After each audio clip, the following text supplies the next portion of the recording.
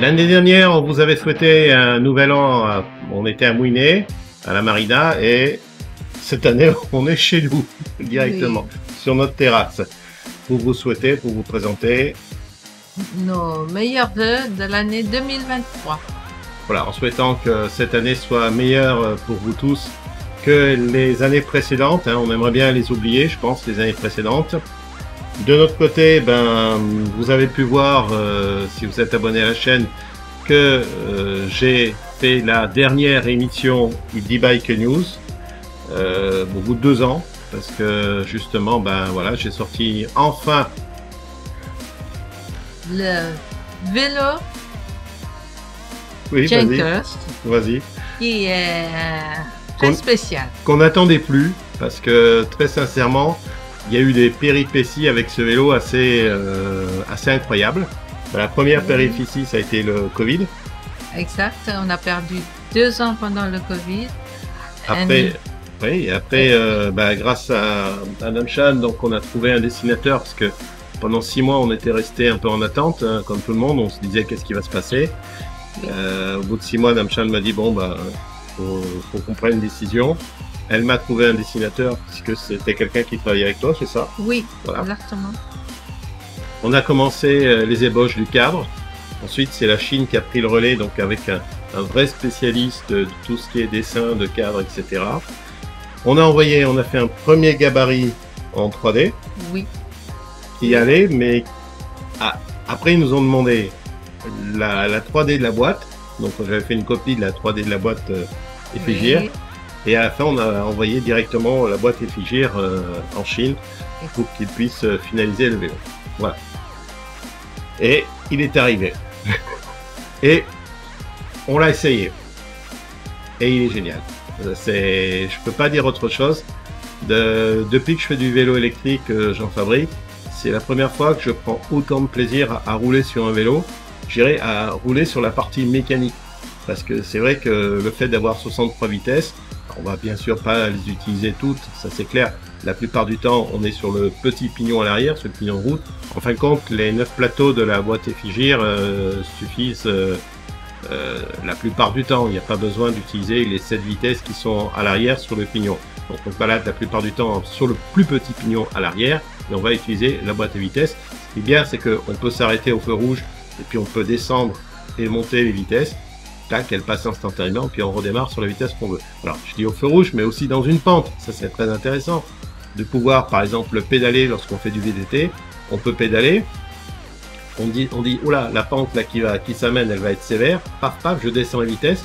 Jusqu'au dernier moment, on va rester, tant que les pédales restent enclenchées, on va rester sur sur son rapport, je dirais, de croisière. Et au dernier moment, avant d'attaquer la pente, vous relâchez juste, je dirais, la pression des pédales, et clac, la vitesse, elle est passée.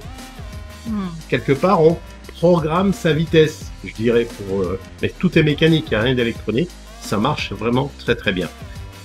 Les 7 vitesses qu'il y a à l'arrière, je les ai surtout employées sur des très très fortes montées, par exemple, quand j'ai fait les tests dans le parking, où là, oui, effectivement, c'est intéressant d'être sur le plus grand pignon à l'arrière, de prendre le plus petit plateau au niveau de la boîte à vitesse mécanique, et puis à ce moment-là on grimpe, mais alors les doigts dans le nez. Un autre projet qu'on démarre pour 2023 avec Julien puis son père, donc Antoine, c'est de la fabrication des waterbikes qui s'appellent waterbike ici au Vietnam et qui vont s'appeler Vélomar, voilà en France, en France. ou peut-être waterbike, hein, ça va dépendre de Julien qui réfléchit à ça. Donc, il faut savoir que c'est un vélo qui a été fait dans les années 70. Et ben voilà, on relance une mode. Et on la relance au Vietnam. Et puis ensuite, elle va venir en France. Donc, vous allez découvrir ça sur notre chaîne. Et également, une autre aventure, ça va être le vélo cargo. Oui, Voilà, le cargo bike. cargo bike. On va produire 7 vélos cargo quadraciers. Ce vélo cargo ne sera pas exporté en France. Il sera prévu pour le Vietnam, c'est-à-dire qu'au niveau des caractéristiques techniques, elles sont totalement différentes par rapport à la France. Il faut savoir que c'est un biplace, on peut monter à 2 dessus. Il a une caisse devant pour pouvoir surveiller ses affaires, ce qu'on transporte. On va pouvoir mettre aussi des grands sacs derrière, parce qu'ici c'est comme ça que ça se passe. Donc, et puis ce vélo sera exploité par nous-mêmes. Ça aussi c'est une autre aventure. Oui. Pourquoi? Parce que il ne va jamais s'arrêter. On pourra livrer en permanence et on n'a plus de problème de batterie ici au Vietnam, c'est-à-dire que la personne qui va utiliser le cargo, lorsqu'il va avoir ne serait-ce que 30% de batterie, qu'il lui reste 30% de batterie, eh ben, quelqu'un va partir avec un scooter électrique et va lui remplacer la batterie, tout simplement. Donc, les cargo bikes ne vont jamais s'arrêter. Ils auront une autonomie illimitée puisque on changera de batterie en cours de route. Voilà un peu. Et ça c'est quelque chose qu'on va débuter. On va faire ça au Vietnam. Je pense pas qu'on peut le faire en France, honnêtement. Bon, c'est à voir, mais voilà.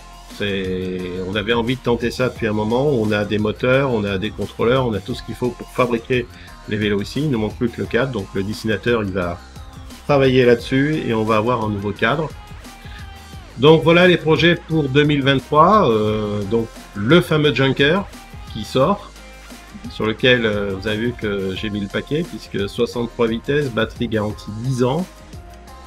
Le Waterbike qui sera exploité au Vietnam, vous pourrez, si un jour vous venez en vacances, eh bien, vous pourrez le tester, puis l'essayer, puis prendre du plaisir à naviguer ou à rouler sur l'eau avec. Et il sera importé en France, bien sûr, par Julien.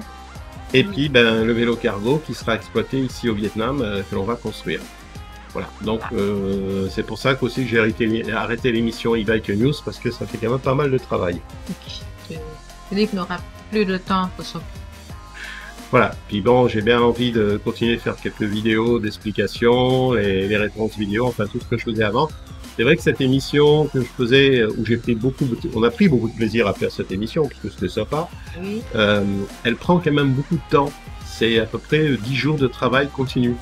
Entre la recherche des articles, le montage, Oui. ensuite l'édition, enfin, puis ben, lorsqu'on balance ça sur YouTube, on met tous les liens, etc. Donc ça nous a pris vraiment, ça nous prenait 10 jours de travail. Et 10 jours de travail, ben maintenant on les bascule sur le Junker, les waterbikes et les vélos cargo, tout simplement. Voilà, une petite vidéo un petit peu longue pour vous souhaiter nos meilleurs vœux, pour plein de bonnes choses pour vous qui nous regardez, pour tous ceux qui nous soutiennent dans les commentaires. Et puis on vous dit, ben voilà, suite à la prochaine vidéo, nos meilleurs vœux pour 2023. Pour 2023.